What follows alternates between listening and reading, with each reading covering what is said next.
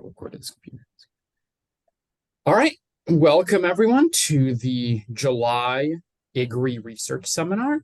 My name is Devor Mondam. I'm the coordinator for the IGRI, and I'm pleased to present our two co-presenters for this month's research seminar, Curtis Child and Eva Witesman, both from Brigham Young University. So I'll just introduce them both in turn, and then I will yield the floor to them. So Curtis Child is an associate professor in the sociology department at Brigham Young University. He studies nonprofit organizations, for-profit businesses, and the legal, cultural, and moral boundaries that separate the two sectors, including how people think about efforts to address social problems. In recent projects, he has investigated the fair trade and socially responsible investing industries, how entrepreneurs choose between nonprofit and for-profit firms, and social movement activism in the apparel industry during the 1990s. And then Eva Witesman is an associate professor in the Romney Institute of Public Service and Ethics at Brigham Young University. She's an expert in strategic planning and evidence-based innovation, including a full range of quantitative and qualitative program evaluation tools. Her work focuses on the public and nonprofit sectors seeking to improve public outcomes through data-informed management. And their presentation today is titled The Social Meanings of the Third Sector, Everyday Understandings of Nonprofit. So Curtis, Eva, I yield it to you. Thank you. That's a nice introduction. I guess I'll forego our introduction, other than just a little bit of an aside. We're really happy to chat with you. Getting the invitation was a nice surprise and a nice opportunity for us. We're the ones obviously doing the presentation, but I feel a little bit like we've been invited to the elite club. Speaking personally, not for Eva, I developed an interest in the institutional grammar for this paper. So it wasn't this sort of longstanding interest of mine. It's not my area of study. And so I feel like I've been playing a little bit in other people's backyard, in fact, in your backyard. And so that's nice. So I say that with some humility before we get started. As we think about continuing this line of research, I think you'll probably see things that I might not. And I think I say this for Eva too, would be especially interested in your thoughts about directions that we could take things. And I mean that sincerely. I think that you'll have some insights that maybe we won't. Eva, on the other hand, is a bit more connected to the grammar and the world of the Ostroms. We both did our graduate work at Indiana University when the Ostroms were there. She was in their orbit more than I was. And so this is a little bit more of familiar territory. Is that a fair way of putting it, Eva? Yeah, I think that's fair. So I participated in the workshop while I was there with both Vince and Lynn. So that was an amazing experience that has gotten more salient over time. We've been working together for the last decade or so on a series of projects, and they all have kind of a similar preoccupation, and that is an interest in the boundaries that are separating the sectors, for-profit, business, and government, and trying to understand what's going on there. We see some kind of interesting stuff happening at the boundaries of these sectors. And so we've been looking at instances where nonprofit, business, and government organizations seem to overlap, intersect, transgress boundaries. So for example, we've looked at how entrepreneurs think about sector distinctions or biases that people have associated with different organizations in different sectors.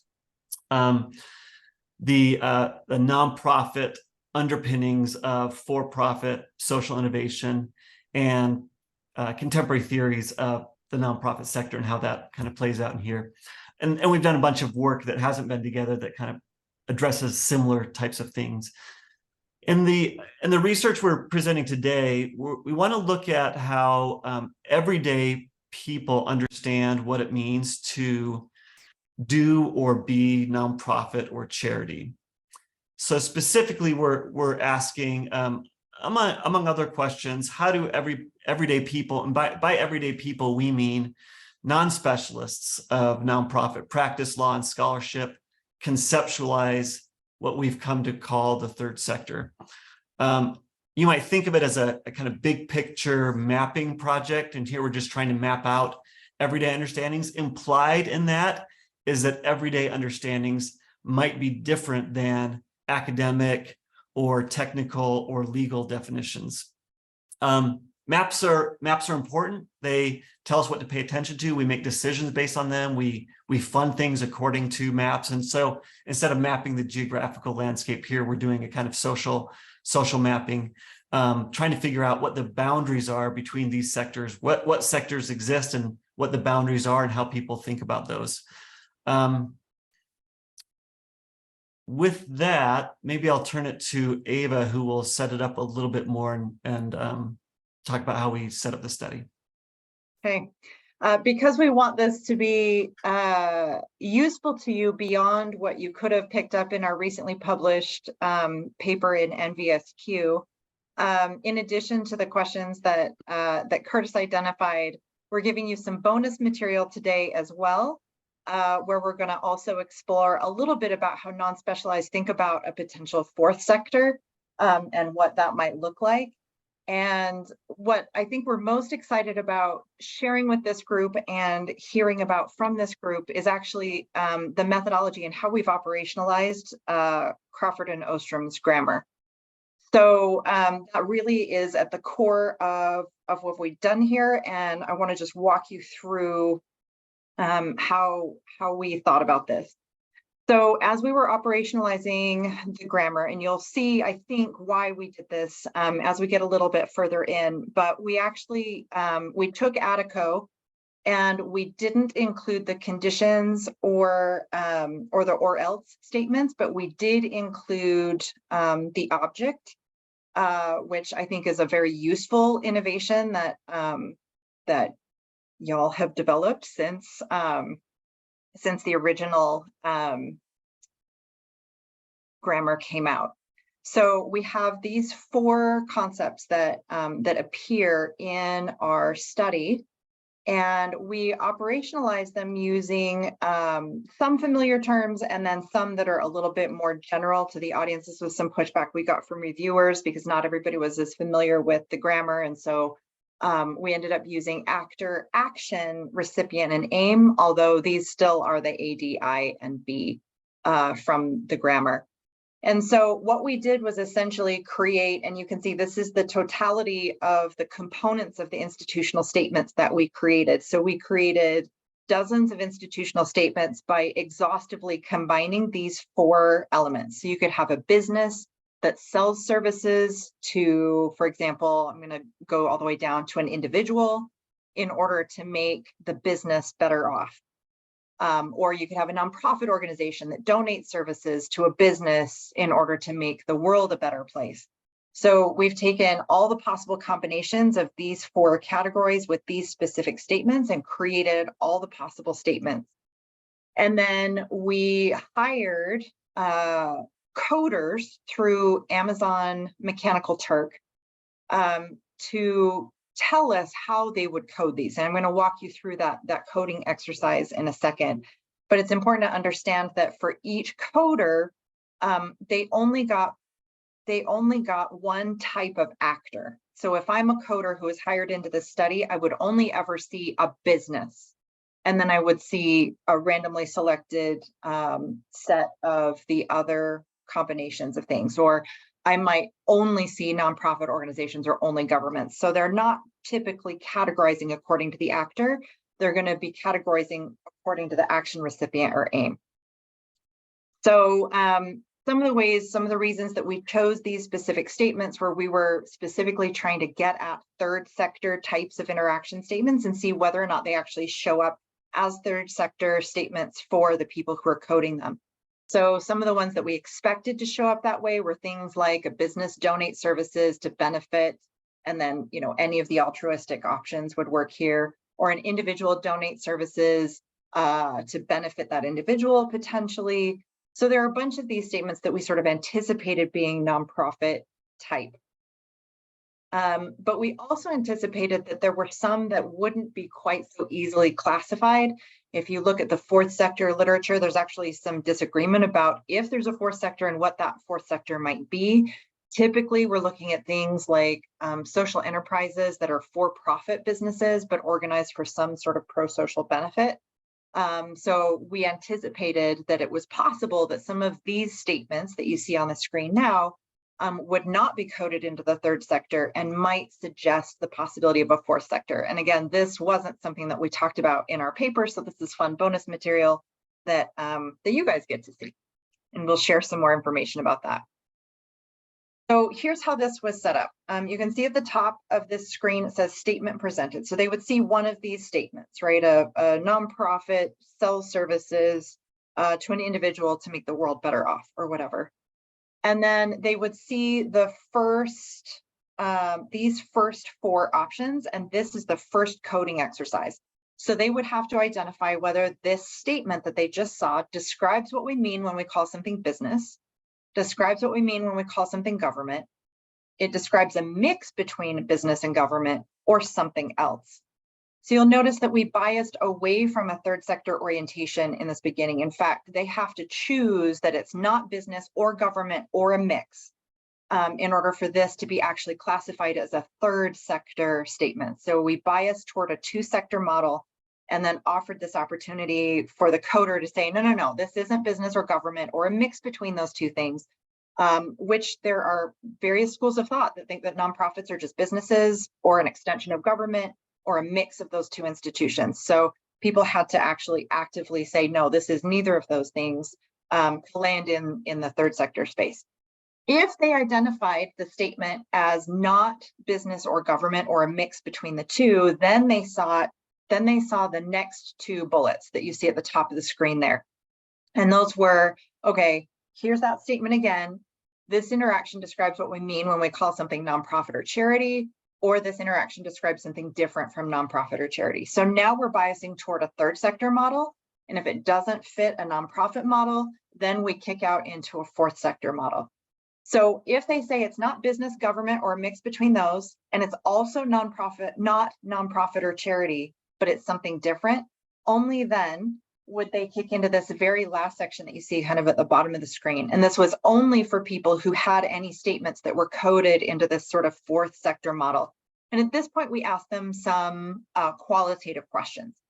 So we showed them all of the statements that they coded this way. So just for that one coder, any statements that they coded into the fourth sector model, we would then say these two questions. One, here are all of the things that you coded that way.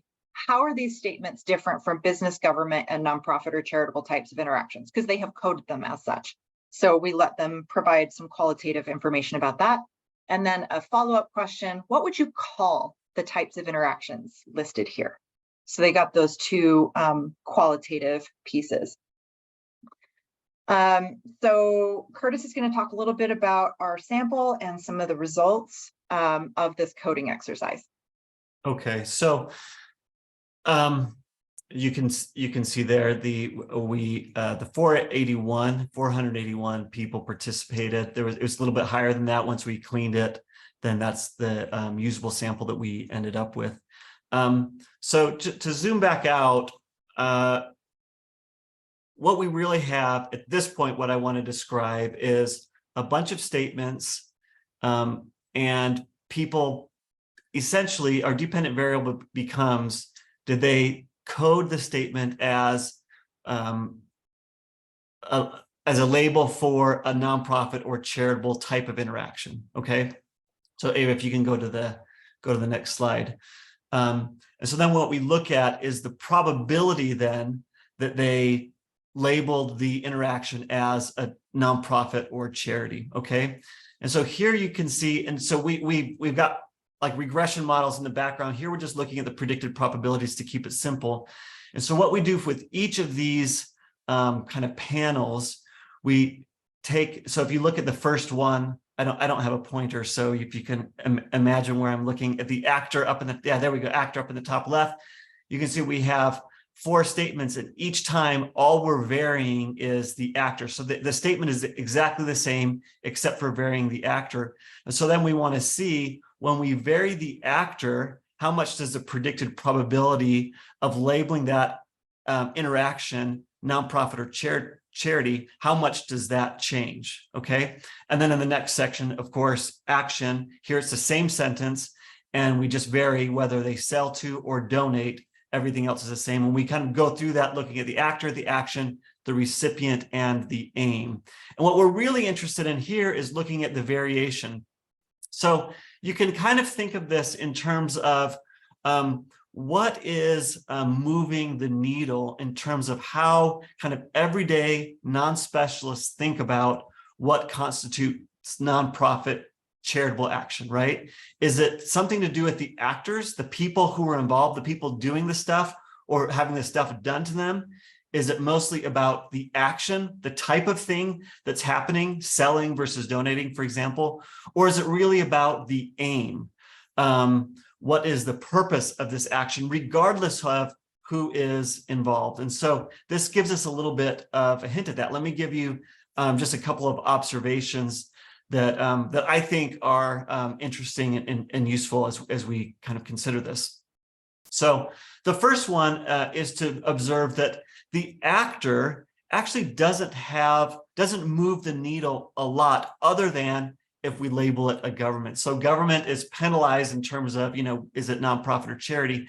But the difference between a nonprofit and a business doing the action actually isn't all that big. And that was maybe the first surprise to us, because in our reading of the literature and the way people talk about it, and sort of technical and legal experts really think about the actor as defining what constitutes nonprofit or charity. If it's done by a nonprofit, then it must be a charitable act. And here we get a little bit of a different sense of that. What does seem to matter a great deal is the action, whether it's selling versus donating. We'll come back to that in a little bit. There's a big difference there. And to some extent, the aim, what's the purpose of the interaction, has quite a bit of results in quite a bit of variation in the predicted probabilities as well. So so this is abstract a little bit.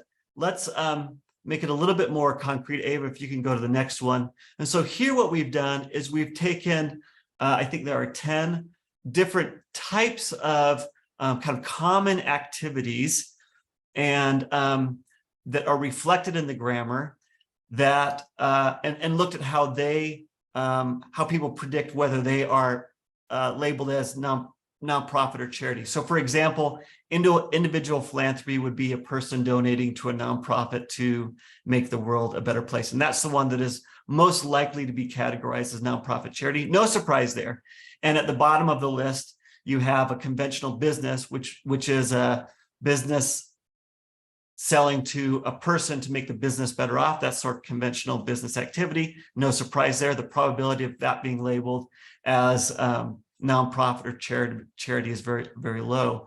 But what we find actually in the middle are probably some surprises. So for people like Eva and I who study nonprofits a lot, we know that what lots of nonprofits are doing are things like earning commercial income, or contracting for government services, or engaged in social or nonprofit enterprise. All of these things, which in kind of the everyday sense of the word, get labeled, have a low probability of being labeled as nonprofit or charity. And if we ask the question why that's the case, the answer is that often it has to do with it's the action, not necessarily the actor, that is having the interaction coded as a nonprofit or charity. So people in their minds, they see what the action is and they think, well, if it's selling, it must not be nonprofit or charity. And if it, in any case, so that's the sort of big one of the big findings for us in this was that in an everyday sense, so if you read the literature, we think that people have a very sort of actor-centric view, but actually, when you talk to people who aren't specialists in this, they have a very action-centric kind of view about what constitutes nonprofit or charity.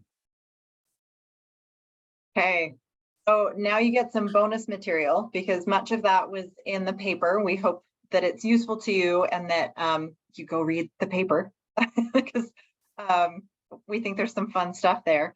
But if you'll remember that we also gave people the option of saying that the interaction doesn't describe nonprofit or charity in this third sector model. And so what I want to do now is pull over to some of that qualitative information about the fourth sector and show you how people were thinking about this. And I think this does two things. First, I think it actually gives a little bit of validity to the work that we've been doing, and that people actually are thinking about this kind of thoughtfully and engaging the exercise. And so that's one thing that you can see in some of these freehand open-ended qualitative comments. And then the second is that they find some of these interaction statements to be kind of perplexing. So this is kind of fun. So these are coder descriptions of the fourth sector statements. So remember, they saw all of the statements that they had coded themselves as not fitting in the three sector model. And then this is some of the things that they said about those. So I don't think it's different than a business. However, since it's selling something, I didn't think it would be considered nonprofit. So that just underscores the quantitative material where we saw that selling is an action that people don't associate with nonprofits. I think they're different because a person or business is being made better off. So this is going to be responding to statements where the reason you're doing whatever the action, and may even be a charitable action, is to make the original entity better off. So if it's sort of selfish, they don't see that motivation as being nonprofity. With each statement, someone is profiting or coming out ahead. This isn't done for the greater good or for charitable reasons, and actions being performed aren't benefiting all parties in some way. So this is really tipping this person's hand about what they view as nonprofit, right? If it's not done for the greater good, then it's not nonprofit. They're different because they may involve donations, but it's to benefit the donator. I wouldn't call that charity because it's not to benefit the entity who receives the donations. I'm also not sure I would call a sale that is meant. I'm not sure what I would call a sale that is meant to make the world a better place. The statements all involve businesses doing something to help an entity other than themselves. This is not what you would generally expect from a business. The desired end result or the motive behind the initial donation is self-serving. These are all interactions in which someone makes a profit, which could happen in business or government interactions, but shouldn't in nonprofit. They're trying to better the world. And sorry, I'm just going to move my Zoom stuff. And when a nonprofit sells services, it's not an act of charity. However, it's not business because it has a purpose apart from helping the selling entity. Lastly, it's not an act of government because the nonprofit is not an agency of the government. So again, I think this really validates some of the quantitative material that we identified, but it also shows that people really are thinking in kind of an institutional way. Of course, we framed it that way for them, but they are thinking about certain elements of the grammar and using it definitionally for themselves in terms of how they interact with the world and how they understand the world. So if we step out of kind of the nonprofit, third sector, fourth sector space and think about the institutional grammar more generally, I think there are a lot of ways that we could use this kind of a methodology to understand how people view different interactions in the world. So the next slide I think is just kind of fun because this is where we ask people to name this fourth sector that they've just provided some information about. And so we picked out some of our favorite ones to share with you. So somebody said, these are selfish interactions. They're profit-seeking behaviors, hybrid of business and charity, helping interactions, awkward type. That's one of my favorites personally. Donations, capacity building, mutually beneficial, non-charitable service interactions. That one's kind of fun. Self-interested altruism, self-help interactions, and profitable / charitable. So these are some of the names that people identified for the fourth sector and demonstrates, again, kind of a way of sort of collapsing that information into one.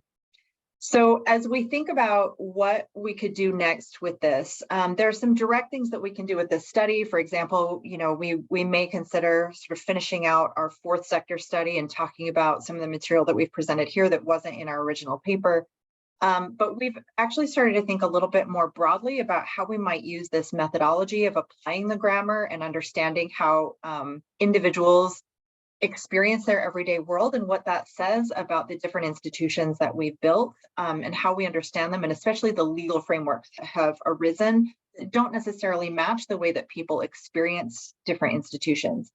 So there are a few things that I just want to share with you in these last few minutes. We see elements of nonprofitness in business and government organizations. So if there is this sort of nonprofity third sector element, and it's an institutional element, to what extent can we actually see that in business and government? And a reframe of our study could explore that question. Another is the obvious need to do sensitivity analysis. By necessity, we limited to very specific statements, words, and phrases. And as a proof of concept, it seems like that is working, but now we need to understand the extent to which our findings are sensitive to the words that we specifically chose and the interaction statements that we created. And so a broader and or more general exploration of that may be useful.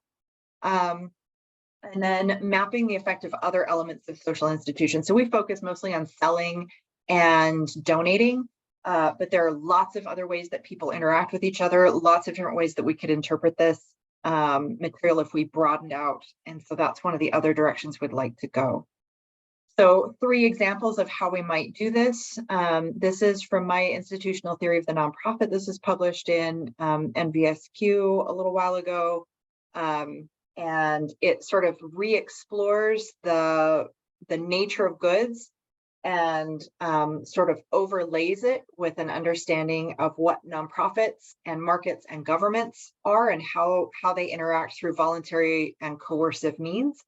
And so we could use this idea of was it voluntary or was it coercive, and start to introduce some conditions to our institutional statements. And then we could maintain what we already had, which is the payer the actual consumer, or is this redistributive? And so one way that we could sort of move forward is to combine this with some other theory that we've done or that other people have done to explore what we learn about institutions that way. Another thing to do is to sort of separate, which obviously the institutional grammar is all about this, separating organizations from institutions and understanding that there are many different institutions inside any given organization. And so pulling out, not conflating the organization and the institution like we did in this study where it's kind of the same thing.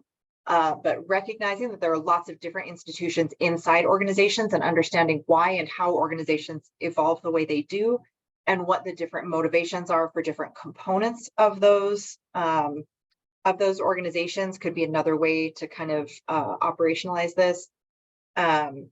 And then also we focused our lens primarily on nonprofits, but if we explore government and look specifically at the government-citizen interface and understand the ways that government interacts differently with citizens under different circumstances, and different ways that citizens interact with government under different circumstances, we might be able to use this same type of institutional grammar instrument to understand how people are thinking about and understanding government, and how that affects things like trust in government institutions. And of course, this would differ depending on where in the world you are, even what city you're in within the same country, but it might be able to help us understand how these different institutional components affect the day-to-day life of citizens and their understanding of government institutions.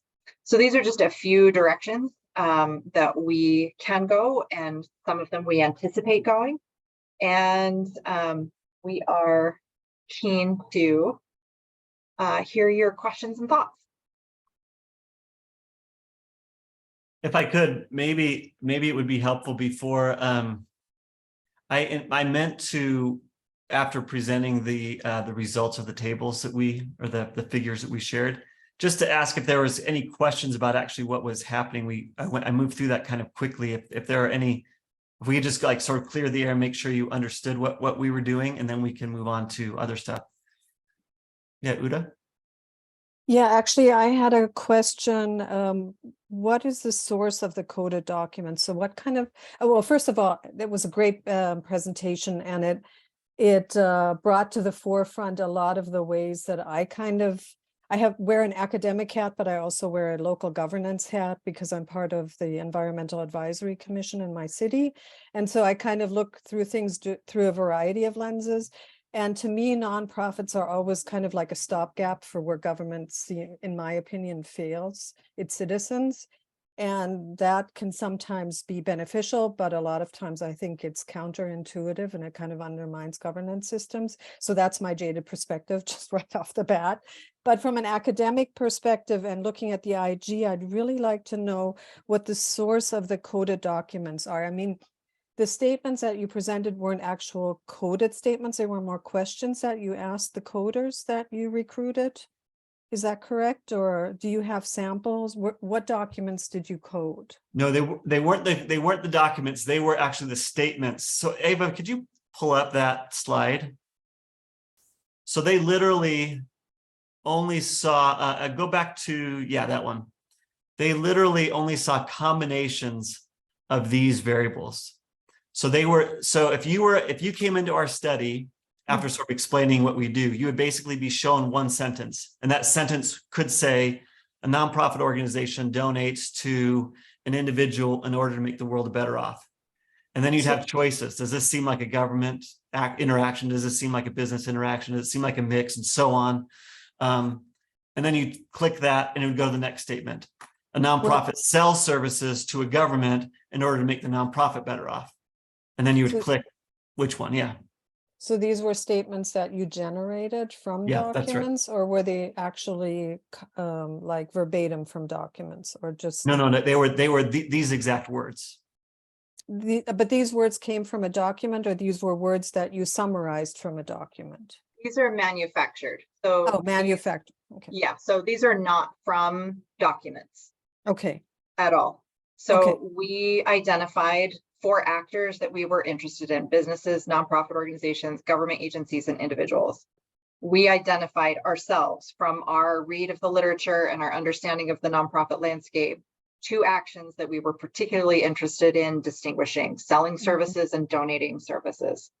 We, as the researchers, identified 4 possible recipients of that and 3 possible aims. And we started with much longer lists of all of these things and then whittled it down to this group, again, partially for proof of concept, and then partially to specifically distinguish the 3rd sector from business and government, and the 3rd sector from a possible 4th sector. So that's why we chose this constellation. And we had to keep the number of statements to some reasonable amount. I think this multiplies out. It's been a minute since we've done this, but I think it multiplies out to like 72 or something, different statements. Yeah, 96. 96, thanks, Curtis. And so, I mean, that's a lot of statements. And if we had added more actions or recipients or aims, it would have proliferated. So that's how we came up with these. Great, thank you for clarifying. I have more questions, but I'm going to yield the floor because I think Saba probably and others might have questions as well. You can go ahead, Uta. I'll go after you. No problem. Okay, well, then based on that, so one of the things that I noticed is that the action and the aim, so to me, the way you describe the aim is more like context to me from an IG perspective.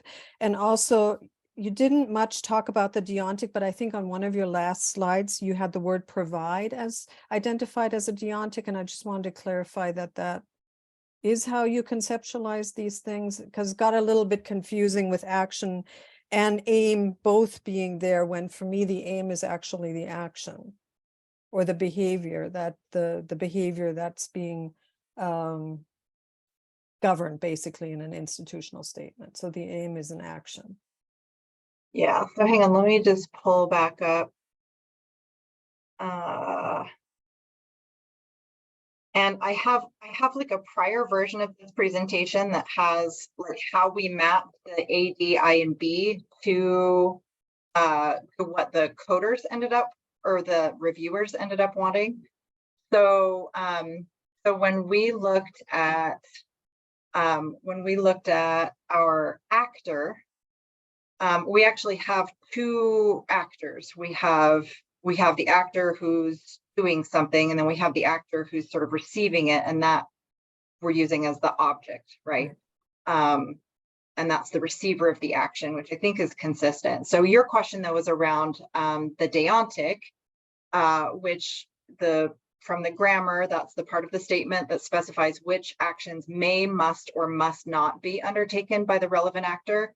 And so we have kind of twisted that a little bit into an action. So the deontic isn't so much a may, must, or must not. It's in our case, we have like sells or donates. So it's really an action. And then aim or target that you're saying is typically connected to an action, right? In the grammar, it says it denotes the action or outcome to which the action in question is to be applied. We're thinking of this more as the outcome. So the aim or target is the I in that. And so we're really thinking of it as like, what are you trying to achieve? What is the outcome that you're trying to achieve? Even though in some, like if you're coding, like you were talking about, if you're coding institutional statements, you might look at kind of the target of the statement being the action that's being taken. We focused more on the outcome component of the aim or target. And so that was like, what's the purpose for doing this? So it isn't quite as pure maybe as if we were coding institutional statements, but we've sort of translated it into this set of actor, action, recipient, and aim. They're still institutional statements and they're loosely tied to the grammar in that way, but it's maybe not as pure as if you were coding institutional statements from documents. Okay, thank you for clarifying that. It is a little bit different than the original descriptions of the grammar, but I see why you're saying that, and obviously in response to reviewer comments that modifications were made. Yep.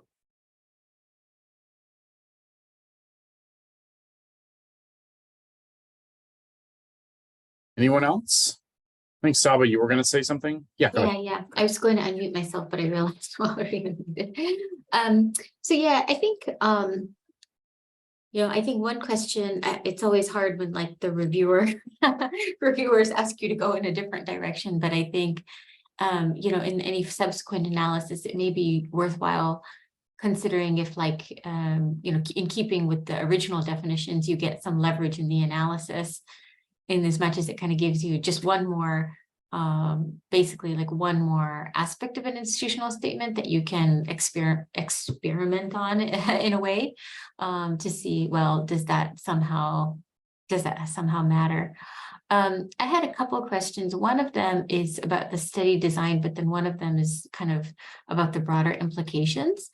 So I was wondering if you could say a little bit more about who your participants were. And just kind of get a sense of those 400 some people, like who exactly was participating in the study. And then I guess the other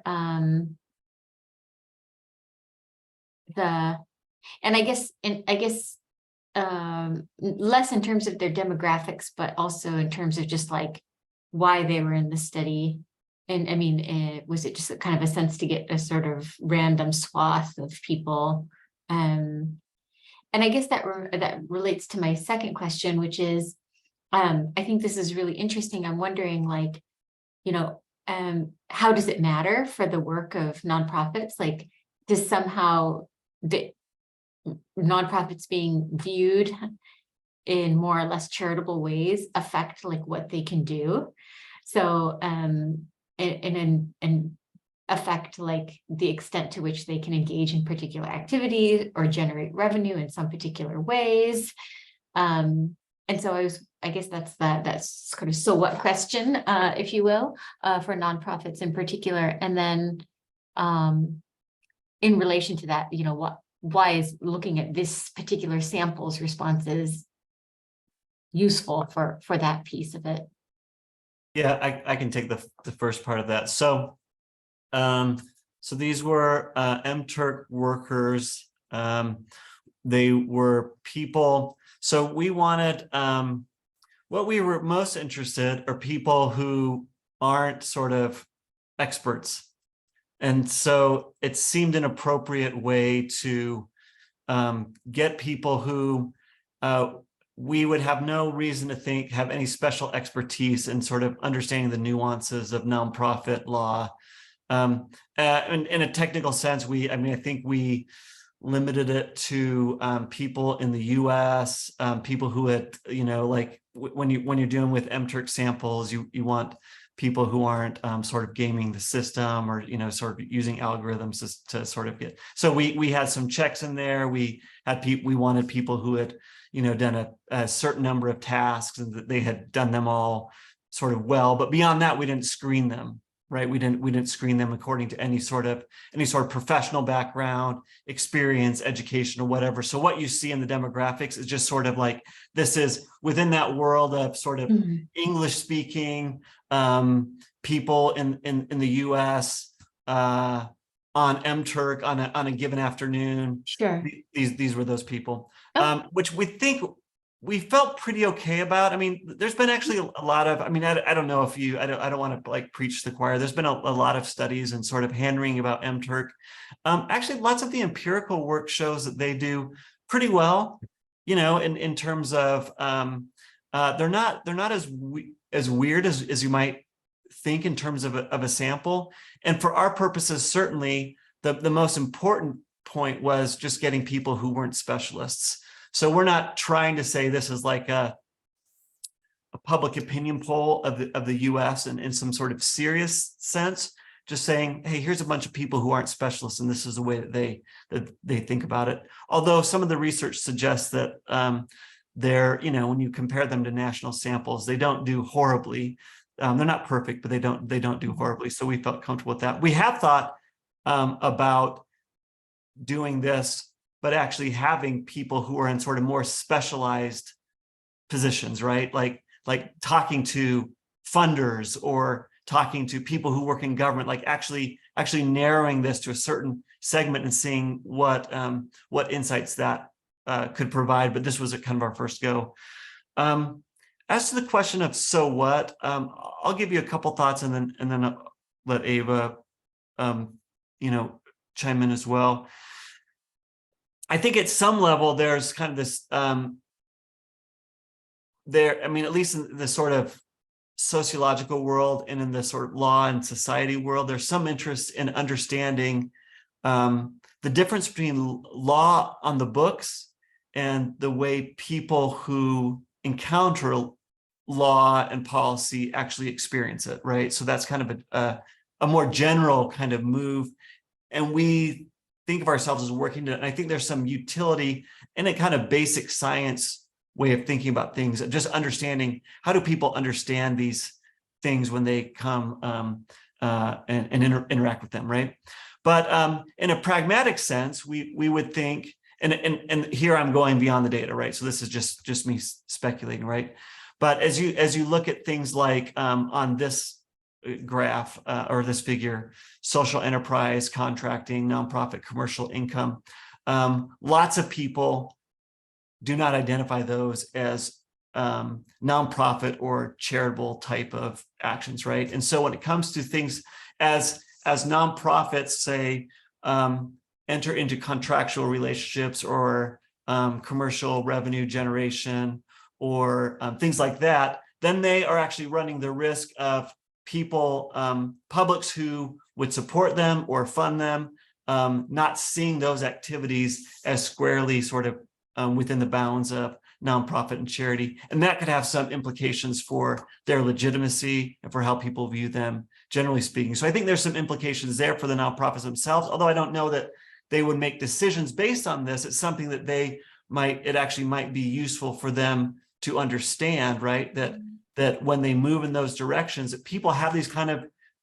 a kind of view of what a nonprofit can and should be doing. And when nonprofits go away from that, they're less likely to be seen as sort of doing nonprofit charitable type of work. Eva, do you want to add on to that? Yeah, I think a lot of the interesting implications happen at the intersection of business and nonprofit. So you know, in the last couple of decades, there's been a lot of focus on economically sustainable nonprofit organizations and social enterprises, and what it takes to be able to do that independently, not being reliant on grants and donations that can be really sensitive to changes in politics and the economy.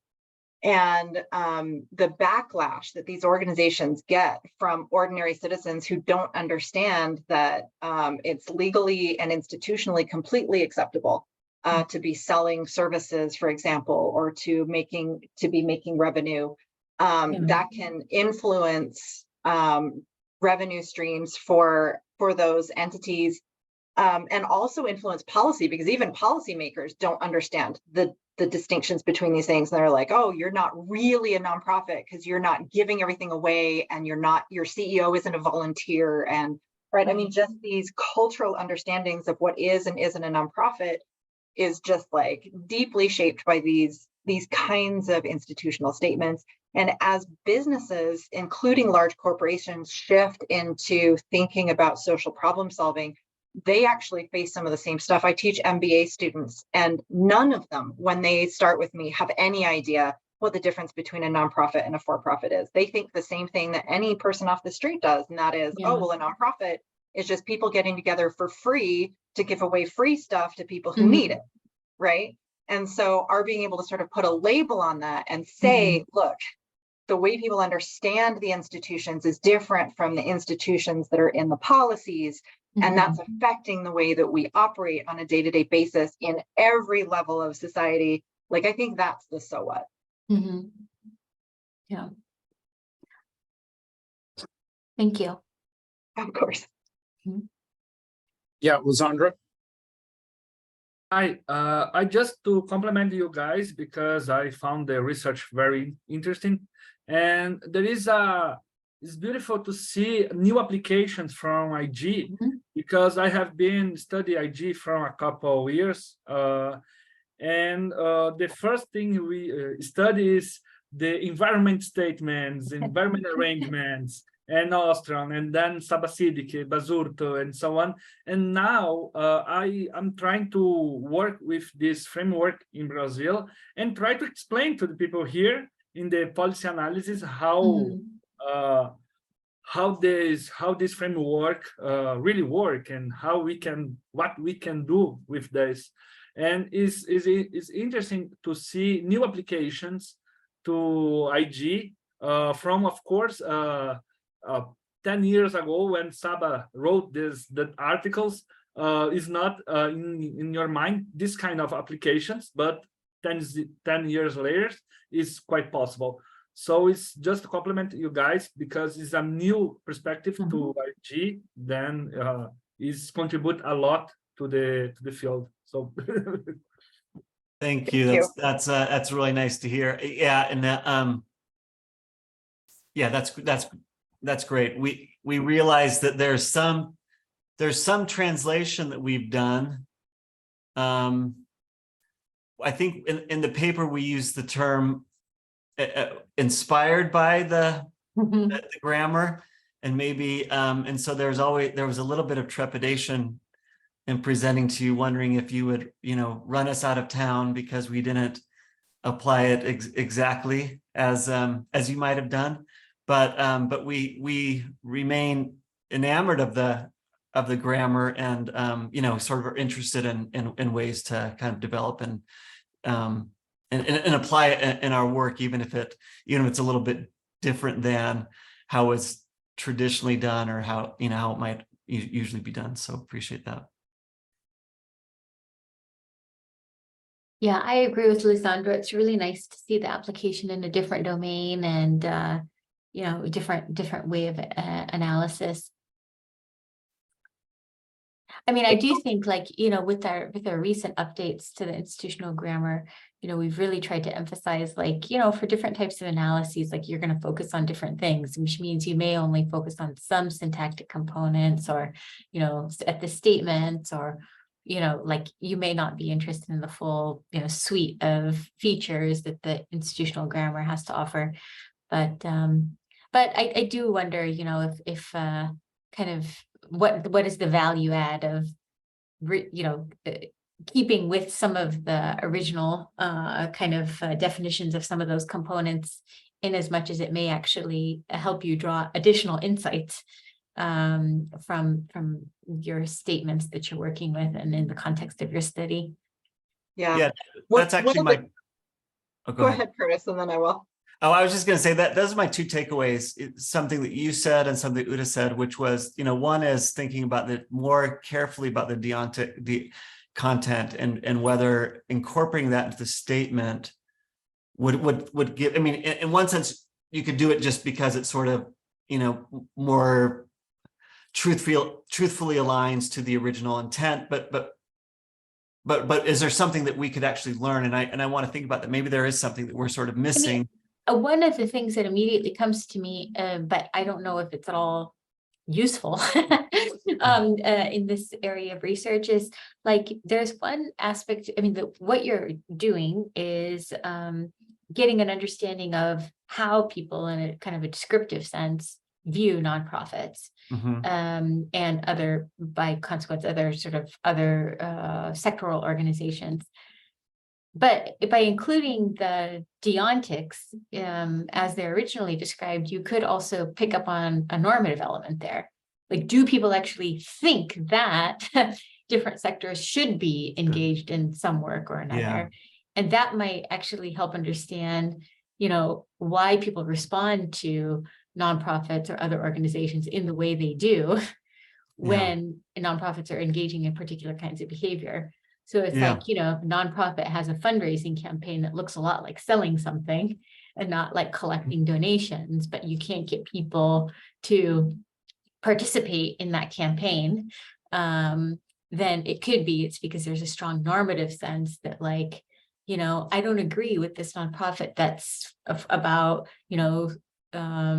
children's equitable access to education selling something or something. It could actually link up to that behavioral piece. So I don't know, that seems like one possible way, but again, I don't know if that's at all useful. Yeah, no, that actually is useful because having a statement that says we could actually tease out a nonprofit can do this.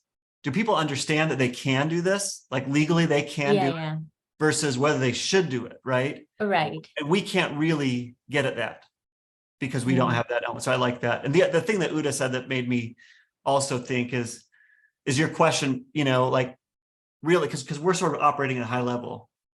Nonprofits sell to do this, to do, but if our statements were sort of concrete, the United Way does this, did this in that context, would that give us some different information? Those are two takeaways that have been really helpful. But Eva, I cut you off.